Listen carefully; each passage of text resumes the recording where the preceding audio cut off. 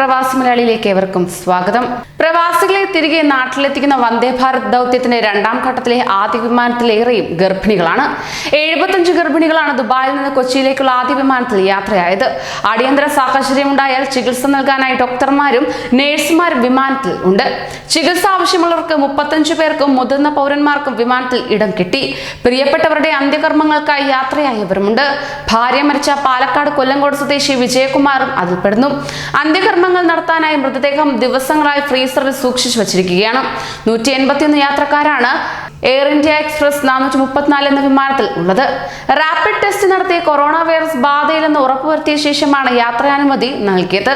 പ്രവാസികളെ യാത്രയാക്കാൻ consul general Vipul നേരിട്ടെത്തിയിരുന്നു. വൈകിട്ട് 6:30 വിമാനം നെടുമ്പാശ്ശേരി അന്താരാഷ്ട്ര വിമാനത്താവളത്തിൽ എത്തുകയും ചെയ്യും. അതോടൊപ്പം തന്നെ 75 ഗർഭിണികൾ യാത്രയായി എന്നതാണ് ഇന്നത്തെ വിമാനത്തിന്റെ ഏറ്റവും വലിയ പ്രത്യേകത.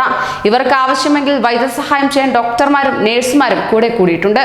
രോഗികൾ, വയോജനങ്ങൾ, ദുരിതത്തിലായ തൊഴിലാളികൾ തുടങ്ങി 181 പേരാണ് ഇന്നത്തെ യാത്രക്കാർ. കൂടാതെ പാലക്കാട് സ്വദേശി കൃഷ്ണദാസിന്റെ രക്താർബുദം ബാധിച്ചു മരിച്ച മകൻ വൈഷ്ണവിന്റെ മൃതദേഹവും കൊണ്ടുപോവുകയാണ്.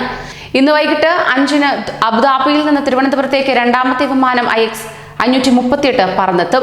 ഇന്ത്യൻ സമയം രാത്രി 10:40-നാണ് തിരുവനന്തപുരത്ത് എത്തുക.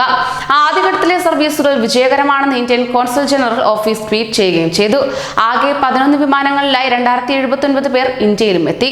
ദുരിതത്തിലായ 760 തൊഴിലാളികൾ, 438 കുടുങ്ങിയ വിനോദസഞ്ചാരികളും വിദ്യാർത്ഥികളും, അടിയന്തര ചികിത്സ ആവശ്യമുള്ള 398 പേർ, 190 ഗർഭിണികൾ, 126 വയോജനങ്ങൾ, 167 മറ്റ് വിഭാഗക്കാർ എന്നിവരാണ് യാത്ര ചെയ്യുന്നത്.